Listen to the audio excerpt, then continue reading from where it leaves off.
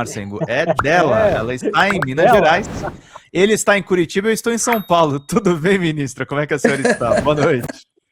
Boa noite, tudo bom, gente? Tudo Boa bom. Dá noite. gatilhos mesmo. Eu lembro da Adélia Prado toda vez. Coitada da Adélia Prado. Esse homem comete horrores com a história. Que horror, né? Barbaridades. Ai, meu Deus do céu. Tá melhor, ministra? Eu sei que você estava cuidando da saúde, tá retomando agora as atividades, né? Estou retomando as atividades, estou melhor. Tive que passar aí por uma cirurgia, mas agora estou firme. Te agradece pelo seu tempo. Tava insistindo bastante com essa assessoria, que eu gostei muito do papo que a gente teve lá no Meteoro Brasil. E queria Foi retomar. ótimo. Pacto Nacional contra o Feminicídio, ministro. Avançamos. O que você está vendo em âmbito federal e em Minas? Olha, eu acho que o pacto foi uma ação muito importante para chamar essa atuação entre os poderes.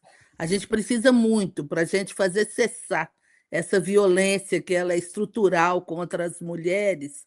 A gente precisa de um engajamento interinstitucional, tem ações que são necessárias no âmbito do legislativo, tem ações importantes que precisam ser desencadeadas no âmbito do judiciário e do executivo. Então, eu acho que foi um movimento muito importante do presidente Lula chamar essa articulação, chamar atenção para esses números, que são números muito grandes, estarrecedores, que a gente, infelizmente, ainda convive no Brasil.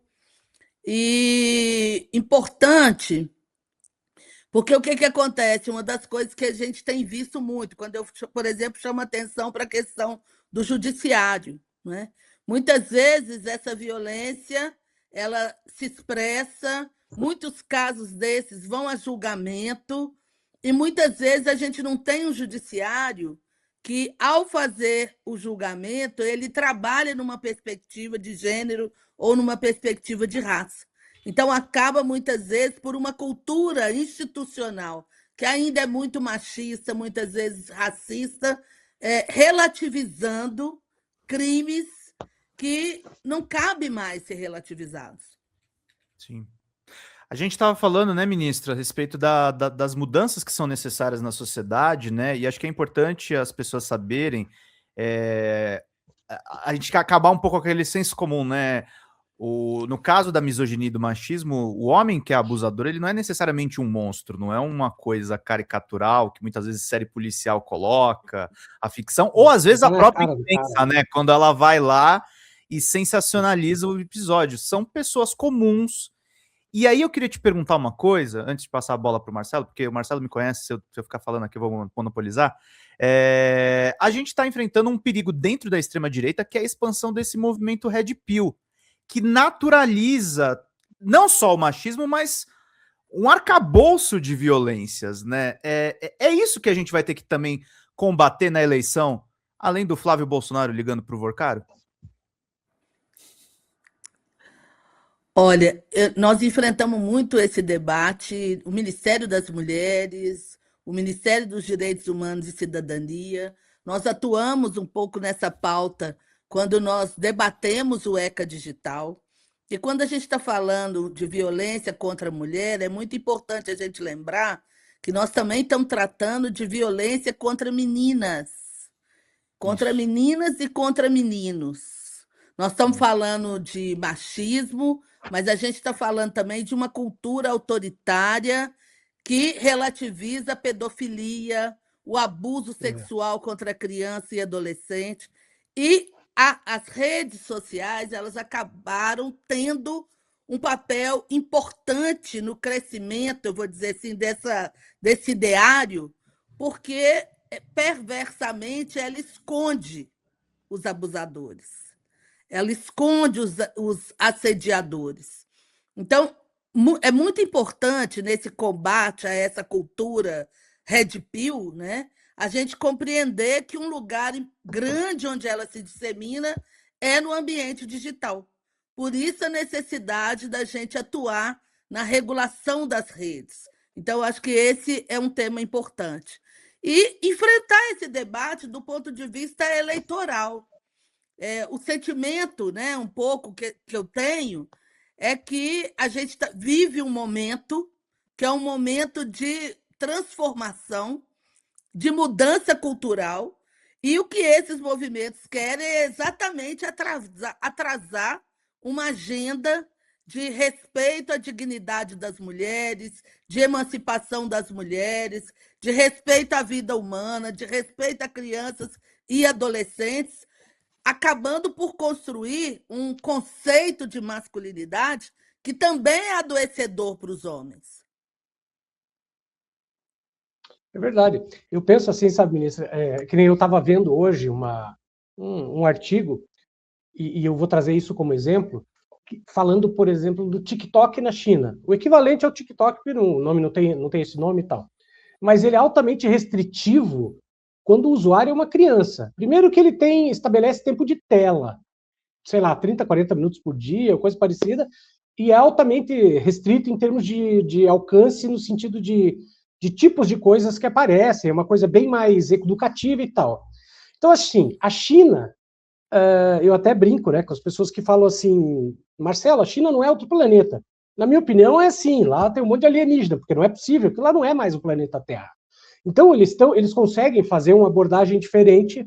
Então, o que acontece? Uma empresa que é chinesa, nasceu na China, né, mas ela é mundial, e o Brasil é o segundo mercado, né, do TikTok, ou o primeiro, não sei, mas ela funciona completamente diferente na China.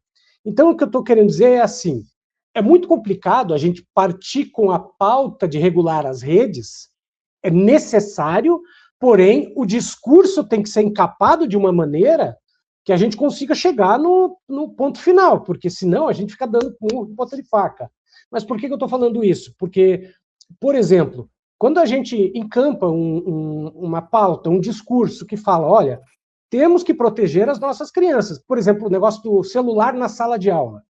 Eu não conheço ninguém que seja a favor do celular na sala de aula. Claro que a extrema-direita faz uma gritaria, mas as pessoas comuns, as mães, os pais, eles sabem que é necessário não ter o celular. Às vezes, eu acho que a gente está abordando, ministro, determinadas questões da forma errada. E aí, ela, quando bate lá no destinatário final, ela é repelida, porque a gente não sabe passar a coisa conforme ela é. E aí a gente perde a pauta porque ela é mal compreendida.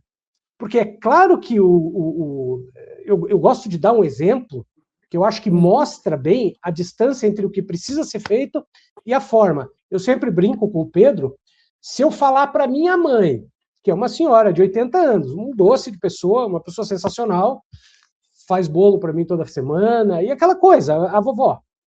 Mas se eu falar assim, mãe, na tua opinião, a Erika Hilton é homem ou é mulher? Ela vai dizer, é homem. Na tua opinião, mãe, a Erika Hilton tem que frequentar qual banheiro? Você entende? Então, por melhor que ela seja, ela não consegue. Ela é ótima, ela não discrimina, ela não faz absolutamente nada de ruim. Só que dentro da cabeça dela, ela não consegue processar isso. E nós, de uma maneira geral, não ajudamos as pessoas que não sabem processar a informação a efetivamente chegar na informação. Então, assim, eu vejo isso com uma certa tristeza, porque nós temos tantas pautas para defender, a gente tem tanta coisa para fazer no Brasil, e a gente está falando uma língua que as pessoas não entendem. Isso me dá um desânimo, você entende? Como, ministra, a gente faz para dobrar esse cabo da Boa Esperança aqui? Como é que a gente faz para chegar nas pessoas para a gente não ser complexo demais? Nós somos complexos, né? O que você acha disso? Estou errado? Bom, eu acho que primeiro, quando a gente está falando nesse tema da regulação das redes, eu acho que a gente pode pegar o exemplo do próprio debate do ECA Digital. Foi uma medida que teve uma adesão importantíssima no Brasil. Então, mais de 70% das pessoas entrevistadas aprovam o ECA Digital porque compreenderam que regulação não é censura e entenderam que o Brasil ele já regula publicidade infantil, já regula a venda de álcool, já regula brinquedos com risco à saúde e que, portanto, o ambiente digital não é terra sem lei. A gente teve uma atuação importante do Felca com aquele vídeo da adultização, mas é bom a gente lembrar que as famílias já vinham muito preocupadas com esse tema, porque estão vendo os efeitos da exposição excessiva de telas no dia a dia de crianças e adolescentes. É situação de sofrimento mental, de tentativa de autoextermínio. É criança no Brasil que morreu por participar de jogos que colocam em risco e realmente chegaram a situações terríveis de crianças que morreram por participar desses jogos online. Então, era muito importante, nesse momento, trazer esse debate de que a gente precisava responsabilizar as plataformas, porque elas lucram bilhões e elas têm mecanismos de estabelecer proteção, muitas vezes de maneira mais efetiva do que as famílias.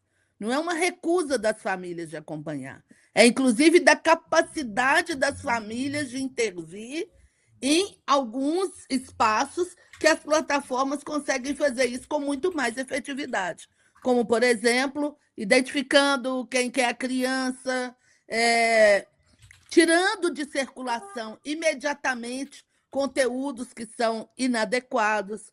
Então, eu tenho essa preocupação, Marcelo, da gente trazer, né, para a vida comum, para a vida cotidiana. Eu acho que essa é uma das coisas da minha presença no Ministério dos Direitos Humanos, que foi realmente falar. Eu falei, olha, eu quero discutir direitos humanos numa perspectiva absolutamente comum, que é o que eu sou. Uma mulher, professora, nascida no interior, dona de casa, assistente social. Então, a gente compreender como que essas pautas elas estão implicadas diretamente no dia a dia que a gente vive e que, portanto, determinadas decisões elas salvam vidas. Então, o ECA Digital ele foi muito importante na proteção à infância e colocou o Brasil em patamares muito diferenciados. E agora a nossa tarefa, né, é todo o acompanhamento e monitoramento da sua efetivação. Quer dizer, da gente construir mecanismos efetivos. Foi muito importante, por exemplo, a decisão do governo de construir, dentro da Polícia Federal, uma área específica, especializada no monitoramento e no acompanhamento de crimes contra criança e adolescente, crimes cibernéticos. Isso foi importante para desbaratar quadrilhas de pedofilia, mas a gente precisa avançar nisso, porque a gente precisa avançar para tráfico humano, para tráfico de pessoas, para exploração sexual de crianças e adolescentes, que a Polícia Federal atua exploração bastante. Humana, que é uma suspeita dentro do caso Master, né, ministra? Também.